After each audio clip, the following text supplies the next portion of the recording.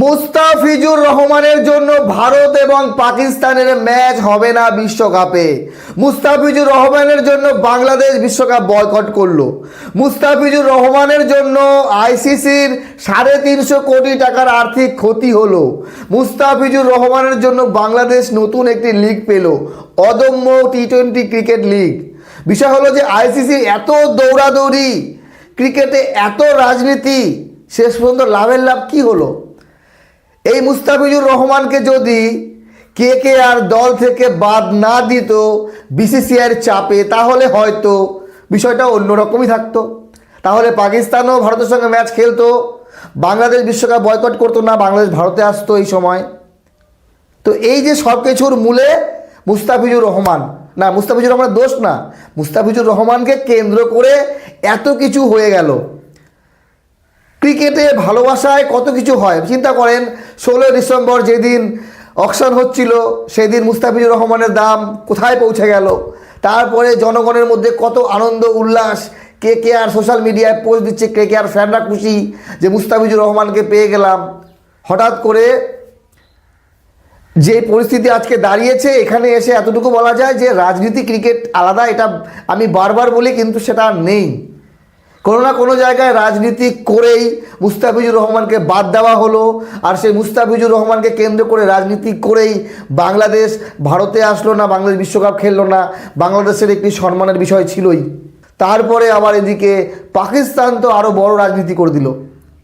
রাজনীতি করেই পাকিস্তান বিশ্বকাপে ভারতের সঙ্গে খেলবে না, কিন্তু আমরা কেন পাকিস্তানের সঙ্গে রাজনীতি করতে পারলাম না? এত বড় একটি ঘটনা হয়ে গেল, কাশ্মীরে 27 জনের প্রাণ গেল, তারপরেও আমরা সেই পাকিস্তানের সঙ্গে Asia Cup, Champions Trophy, under nineteen Asia Cup, emerging Asia Cup, under nineteen বিশ্বকাপ, এগুলো সব আমরা খেলে গেলাম। পাকিস্তানের সঙ্গে ম্যাচ খেলবো না? যুবরাজ সিং, হরভজন সিং, ইরফান পাঠান, এরা তো লেজেন্ডস লিগে খেলেনি পাকিস্তানের সঙ্গে, না খেলে বাড়ি চলে এসেছিল।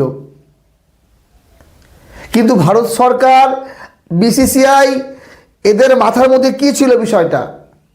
জেনে বুঝে পাকিস্তান ভারতের সঙ্গে খেলবে না, আর এতে পাকিস্তান একরকম আমাদেরকেই ছোট করলো, আমরা ছোট করতে পারলাম না।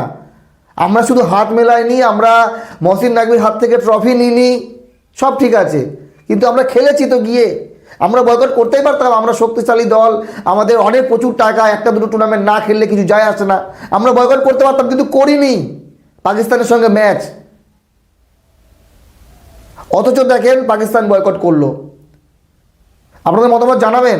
পাকিস্তান বিশ্বকাপ বয়কট করছে, এতে পাকিস্তানের সাজা হতে পারে, পানিশমেন্ট হতে পারে। আইসিসি কি করবে? হয়তো ক্ষতিপূরণ চাইবে, জরিমানা দেবে পাকিস্তান।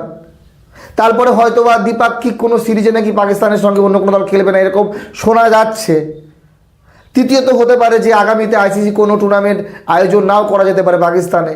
তো পাকিস্তান ক্রিকেট বোর্ড, সরকার সব জেনে বুঝে এই পদক্ষেপ নিয়েছে। বাংলাদেশের মুস্তাফিজুর রহমানের এবং বাংলাদেশের বিশ্বকাপ বয়কটের পাশে দাঁড়িয়েছে পাকিস্তান। বাকি আপনাদের মতামত জানাবেন। এই মুস্তাফিজুর রহমান, এই যে ইস্যুটা এত বড় হবে সেটা হয়তো, তো যাই হোক, শেষমেশ যা আপডেট, সেই আপডেট অনুযায়ী পাকিস্তান বিশ্বকাপে অংশগ্রহণ করছে, কিন্তু ভারতের ম্যাচ খেলছে না। কিন্তু ইন্ডিয়াকে যেতে হচ্ছে শ্রীলঙ্কায়, 2 পয়েন্টের গল্প আছে। ভালো থাকবেন সবাই, ধন্যবাদ।